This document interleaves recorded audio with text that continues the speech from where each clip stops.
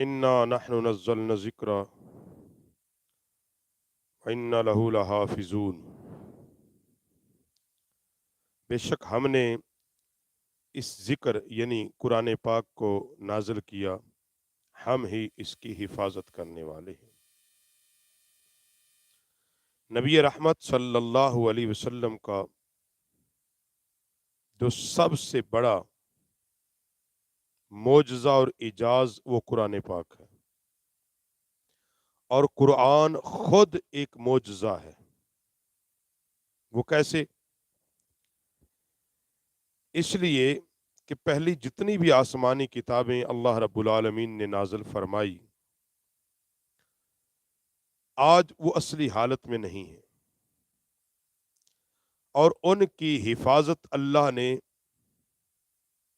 اس وقت کے قوموں اور امتوں کے ذمے لگائی، اور پھر ان لوگوں نے ان کتابوں کو بدل دیا، ان کے احکام مانا بدل دیے، اور قرآن پاک کی جب بارے آئی تو فرمایا محبوب ہم نے قرآن کو نازل کیا ہے اور ہم ہی اس کی حفاظت کریں گے، اس کے محافظ بھی ہم ہیں۔ اسی لیے قرآن پاک آج بھی 14.5 صدیاں گزرنے کے بعد ایک لفظ زیر زبر شد مد کوئی چیز اس میں نہیں بدلی، تمام چیزیں آج بھی اسی طرح اپنی اصلی حالت میں ہیں۔ اور دلیل کے طور پر اگر میں پیش کروں کہ جس وقت مشرقین مکہ نے یہ بات کہی کہ نبی کریم صلی اللہ علیہ وسلم کے متعلق اور قرآن پاک کے متعلق کہ کیونکہ اس کی زبان عربی ہے، حضور کے متعلق کہا رات کو بیٹھ کے یہ سوچ لیتا ہے اور صبح ہمیں آ کے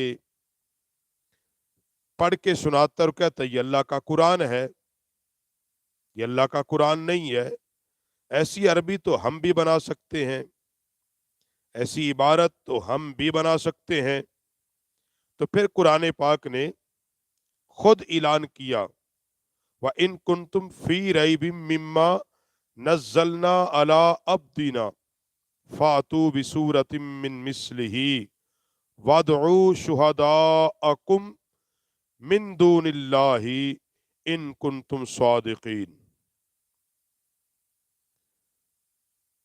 کیا دلیل دی؟ فرمایا اگر تمہیں کچھ شک ہو اس کتاب یعنی قرآن مجید کے متعلق، وہ کتاب جو ہم نے اپنے بندہ خاص پر نازل کی، تو پھر بصورت من مثلہ تم اس جیسی کوئی ایک صورت لے آؤ۔ صورت سے مراد یہاں علماء نے لکھا ہے کہ جو ان اللہ رب العالمین نے اعلان کیا کہ اس جیسی ایک صورت یعنی سورہ کوثر جیسی کوئی صورت لے آؤ، اور اللہ کے سوا اپنے تمام حمایتیوں کو مددگاروں کو تم بلا لو۔ وَادْعُوا شُهَدَاءَكُم مِّن دُونِ اللَّهِ إِن كُنتُمْ صَادِقِينَ، تم بلا لو اپنے تمام معبودوں کو اللہ کے سوا، تمام حمایتوں کو، تمام مددگاروں کو تم اکٹھا کر لو، عرب کے تمام فصحاء، تمام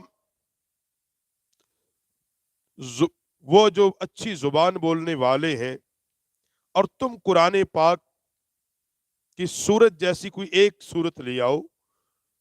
ان کنتم صادقین، اگر تم اپنے اس وعدے میں سچے ہو، اپنی اس بات میں سچے ہو۔ یہ قرآن ان کو چیلنج کر رہا تھا